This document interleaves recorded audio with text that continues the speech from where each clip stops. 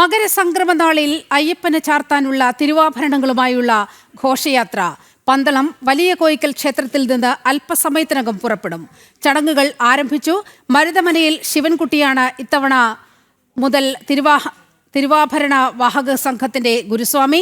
PN നാരായണവർമ്മയാണ് ഇത്തവണത്തെ രാജപ്രതിനിധി. വിവരങ്ങളുമായി ഗോകുൽ രമേശ് ചേരുകയാണ്. ഗോകുൽ, പന്തളം ഭക്തിസാന്ദ്രമാണ്. അല്പസമയത്തിനകം തന്നെ തിരുവാഭരണ ഘോഷയാത്ര പുറപ്പെടാൻ പോകുകയാണ്. എങ്ങനെയാണ് ഒരുക്കങ്ങൾ?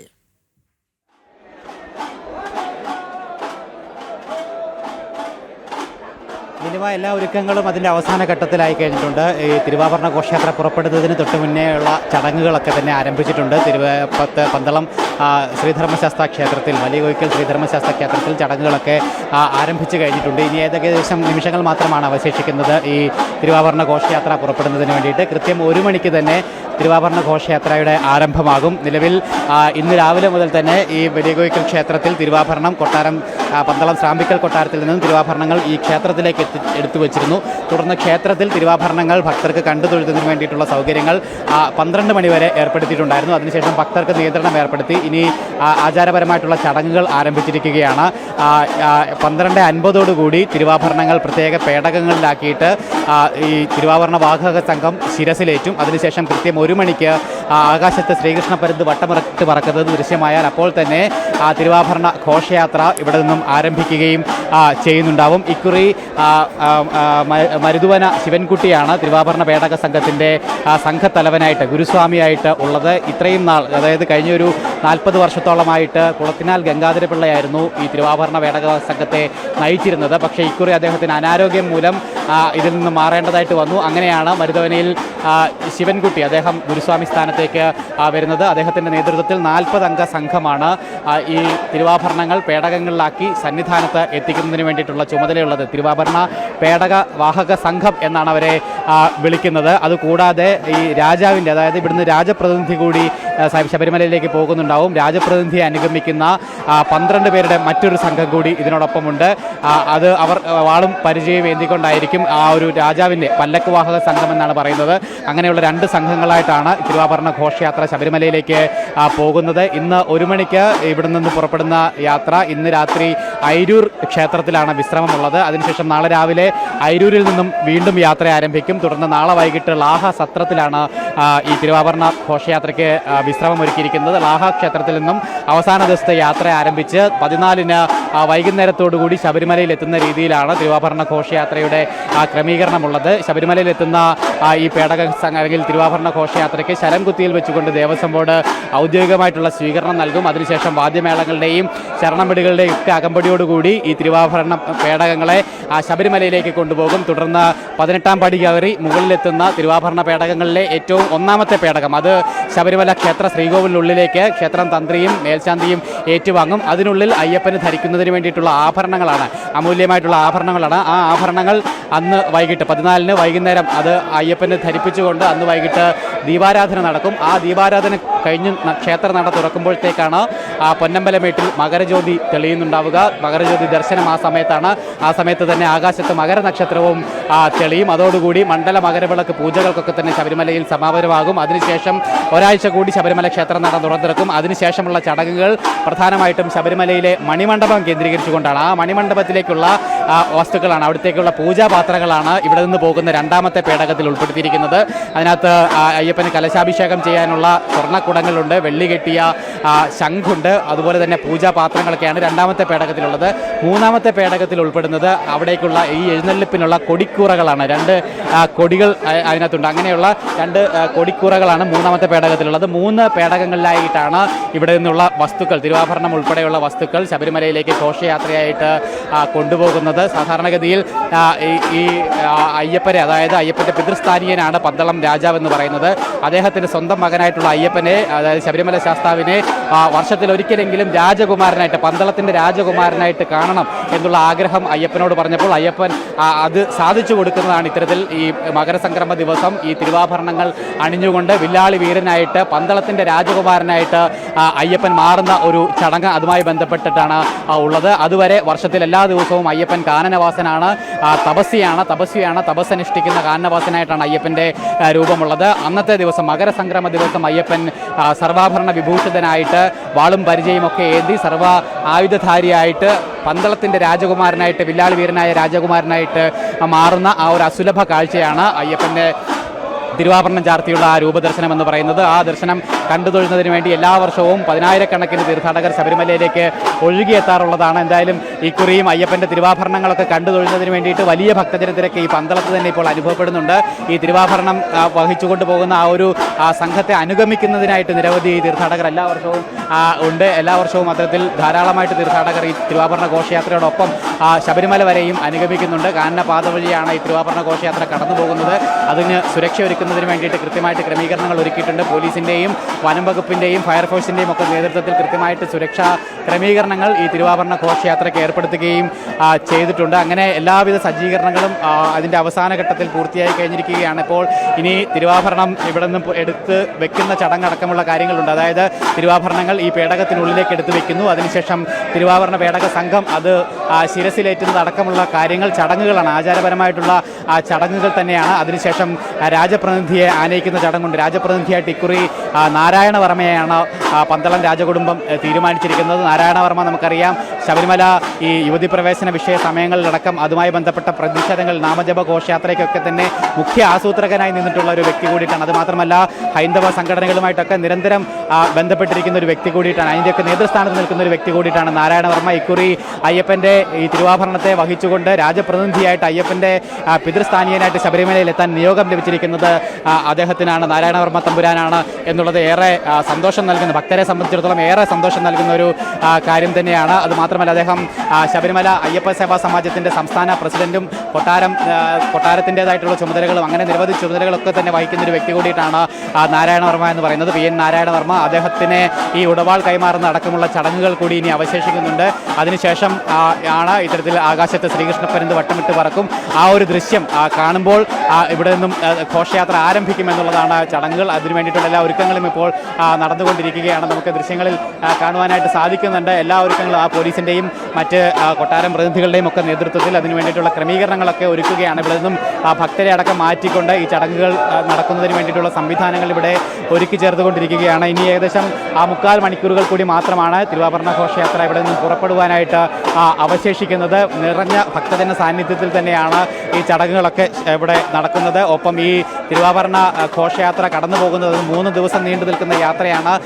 3 ദിവസവും ഇതിനോടൊപ്പം അനുഗമിക്കാനായിട്ട് ആയിരക്കണക്കിന് തീർത്ഥാടകർ എല്ലാ വർഷവും ഉണ്ടാകാറുള്ളതാണ്. ഈ വർഷവും സമാനമായിട്ടുള്ള സാഹചര്യങ്ങൾ തന്നെയാണ്. എന്തായാലും ഭക്തി നിർഭരമായിട്ടുള്ള അന്തരീക്ഷം തന്നെയാണ് ഇവിടെ ഉള്ളത്. ശരണമന്ത്ര ധ്വനികൾ ഇങ്ങനെ ഇവിടെ ഉയർന്നു നിൽക്കുന്നു. ചിന്തുപാട്ടിന്റെ താളം നമുക്ക് കേൾക്കുവാനായിട്ട് സാധിക്കുന്നു. അങ്ങനെ ആചാരപരമായിട്ടുള്ള ഐതിഹ്യപരമായിട്ടുള്ള എല്ലാ ഏതൊക്കെയാണെന്ന് കാണാനും അത് കണ്ട് തൊഴാനുമുള്ള അവസരം ഇത്തവണയും ഉണ്ടല്ലോ. 11 ഇടങ്ങളിലാണ് ഇത്തരത്തിൽ ക്രമീകരണം ഏർപ്പെടുത്തിയിട്ടുള്ളത് എന്നാണ് മനസ്സിലാക്കുന്നത് ഗോകുൽ.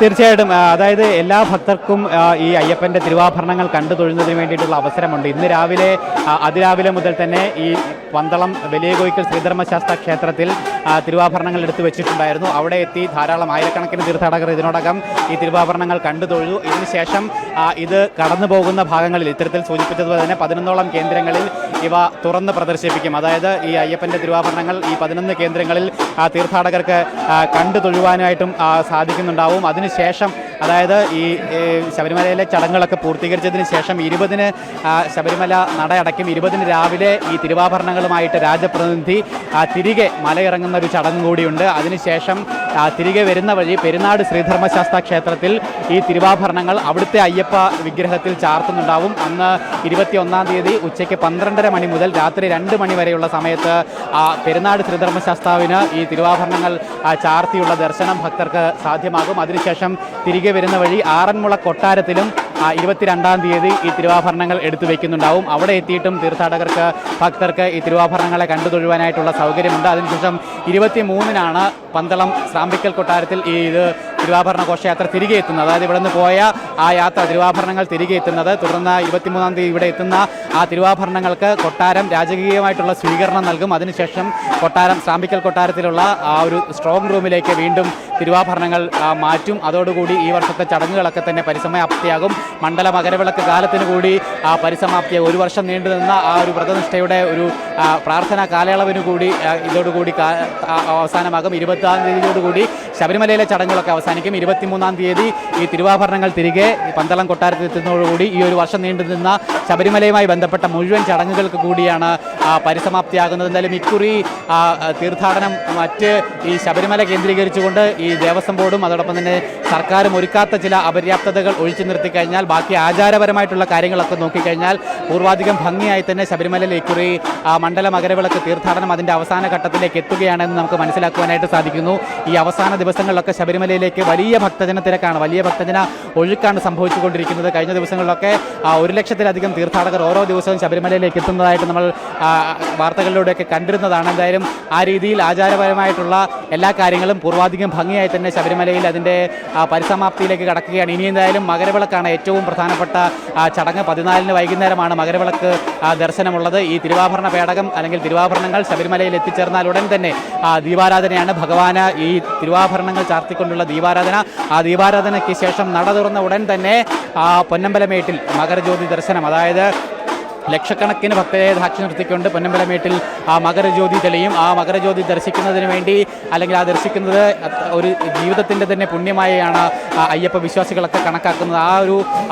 ആ ഒരു ദർശനത്തിന് വേണ്ടി ആ മകരജ്യോതി ദർശനത്തിന് വേണ്ടി കാത്തു നിൽക്കുന്ന ലക്ഷാവധി ഭക്തർ എല്ലാ വർഷവും ഉണ്ട്. ശബരിമലയിൽ മാത്രമല്ല, ശബരിമലയുടെ പല ഭാഗങ്ങളിൽ നിന്ന് കഴിഞ്ഞാൽ ആ മകരജ്യോതി ദർശനം സാധ്യമാകും. ആ ഭാഗങ്ങളിലെല്ലാം ഇന്നു മുതൽ തന്നെ ആ തീർത്ഥാടകരെത്തി അവിടെയൊക്കെ പർണശാലകൾ കെട്ടി താമസം ആരംഭിക്കും. ശബരിമലയിലും സമാനമാണ്. അതായത് ഈ മകരജ്യോതി ദർശനം കാണാൻ സാധിക്കുന്ന ഒന്ന് തുടരുക. വളരെ പ്രധാനപ്പെട്ട ചടങ്ങുകളാണ് അവിടെ നടക്കാൻ പോകുന്നത്. പന്തളം കൊട്ടാരത്തിലും വലിയ കോയിക്കൽ ശ്രീ ധർമ്മശാസ്ത്ര ക്ഷേത്രത്തിലും തിരുവാഭരണ ഘോഷയാത്രയ്ക്കുള്ള ഒരുക്കങ്ങളെല്ലാം പൂർത്തിയായിരിക്കുകയാണ്. മകരസംക്രമ നാളിൽ അയ്യപ്പന് ചാർത്താനുള്ള തിരുവാഭരണങ്ങളുമായുള്ള ഘോഷയാത്ര പന്തളം വലിയ കോയിക്കൽ ക്ഷേത്രത്തിൽ നിന്ന് അല്പസമയത്തിനകം പുറപ്പെടും. ഇപ്പോൾ തിരുവാഭരണ പേടകം പന്തളം കൊട്ടാരത്തിൽ നിന്ന് പുറത്തെത്തിക്കുന്നതിനുള്ള ചടങ്ങുകൾ ആരംഭിച്ചു എന്നാണ് മനസ്സിലാകുന്നത്. ഗോകുൽ പറയൂ.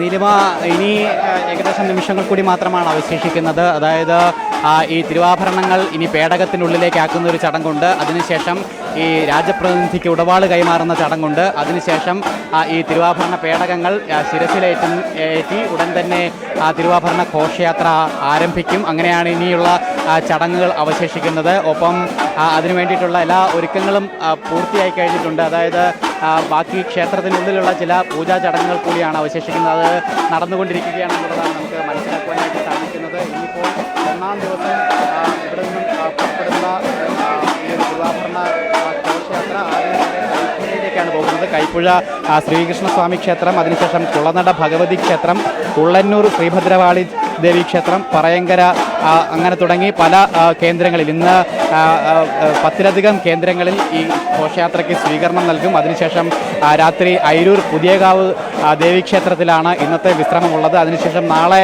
2-ാം ദിവസമായിട്ടുള്ള നാളെ രാവിലെ ഈ അയിരൂർ ക്ഷേത്രത്തിൽ നിന്ന് പുറപ്പെട്ട് മൂക്കന്നൂർ, ഇടപ്പാവൂർ, പേരൂർച്ചാൽ, ഐക്യപ്പാറ, ഇടക്കുളം അങ്ങനെ തുടങ്ങി വിവിധയിടങ്ങളിൽ സ്വീകരണം ഏറ്റുവാങ്ങി ലാഹയിലുള്ള വനം വകുപ്പിൻ്റെ സത്രത്തിലാണ് നാളെ വൈകുന്നേരം വിശ്രമമുള്ളത്. അവസാന ദിവസമായിട്ടുള്ള 3-ാം ദിവസം ലാഹയിൽ നിന്നാണ് ആരംഭിക്കും. ലാഹയിൽ നിന്ന് പുലർച്ചെ 2 മണിക്ക് യാത്ര ആരംഭിക്കും, ഘോഷയാത്ര ആരംഭിക്കും. പ്ലാപ്പള്ളി, ഇലവുങ്കൽ, നിലയ്ക്കൽ വഴി അട്ടത്തോട് എത്തി അതിനുശേഷം നീലിമഴ വഴി ശബരിപീഠം വഴി ശരംകുത്തിയിൽ എത്തിച്ചേരുന്നുണ്ടാവും. വൈകുന്നേരം 5:30-ക്ക് ശരംകുത്തിയിൽ എത്തിച്ചേരും. ശരംകുത്തിയിൽ ദേവസ്വം ബോർഡ് ആചാരപരമായിട്ട് ഈ ഘോഷയാത്രയ്ക്ക് തിരുവാഭരണ ഘോഷയാത്രയ്ക്ക് സ്വീകരണം നൽകും. തുടർന്ന് ശരംകുത്തിയിൽ നിന്ന് ഇത് ആഘോഷപൂർവ്വം വാദ്യമേളങ്ങളുടെയൊക്കെ അകമ്പടിയോടുകൂടി ശബരിമലയിലേക്ക് ഇതിനെ സ്വീകരിക്കുന്നുണ്ടാവും. അതിനുശേഷം അന്ന് വൈകിട്ട് 6 മണിയോടുകൂടിയാണ് ശബരിമലയിൽ എത്തിച്ചേരുന്നത്.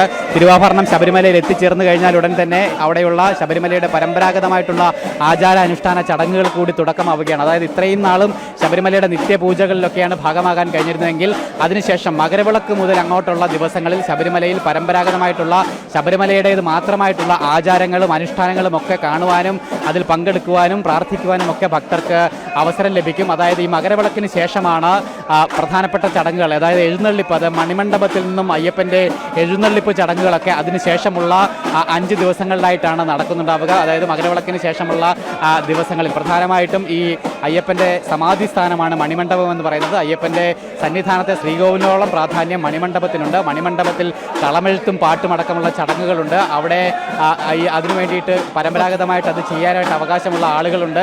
അവരാണ് അത് ചെയ്യുന്നത്. അവർ അതിനുശേഷം അവിടെ നിന്നും എഴുന്നള്ളിപ്പടക്കമുള്ള ചടങ്ങുകൾ അതിനുശേഷമുള്ള 5 ദിവസങ്ങളിൽ നമുക്ക് ഈ കാഴ്ചകളിലേക്ക് മടങ്ങിയെത്താം.